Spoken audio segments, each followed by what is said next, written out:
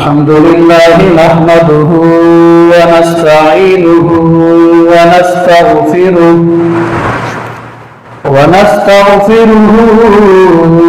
ونؤمن به ونتوكل عليه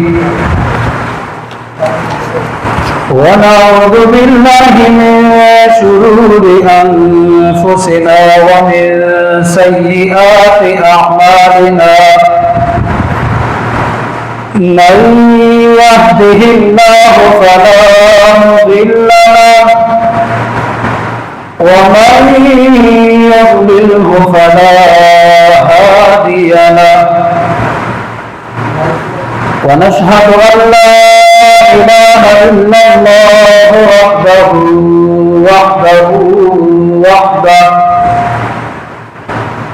وحده لا شريك له ولا نظير له ولا مثل له ولا مثال له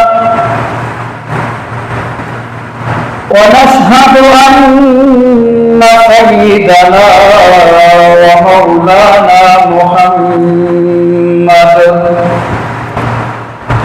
درود شریف پڑھ لیجیے اللهم صل على سيدنا ومولانا محمد وعلى آل سيدنا ومولانا محمد وبارك وسلم عليه. أعوذ بالله من الشيطان الرجيم. بسم الله الرحمن الرحيم. محمد رسول الله والذين معه أشداء على الكفار رحماء بينهم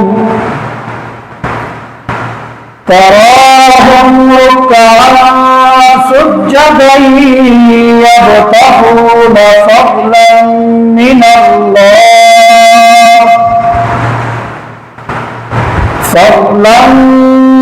الله ورضوانا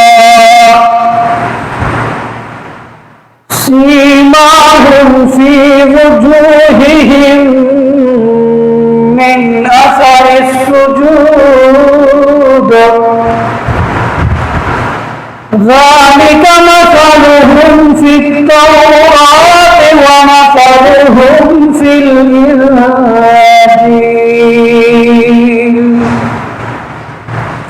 وقال النبي صلى الله عليه وسلم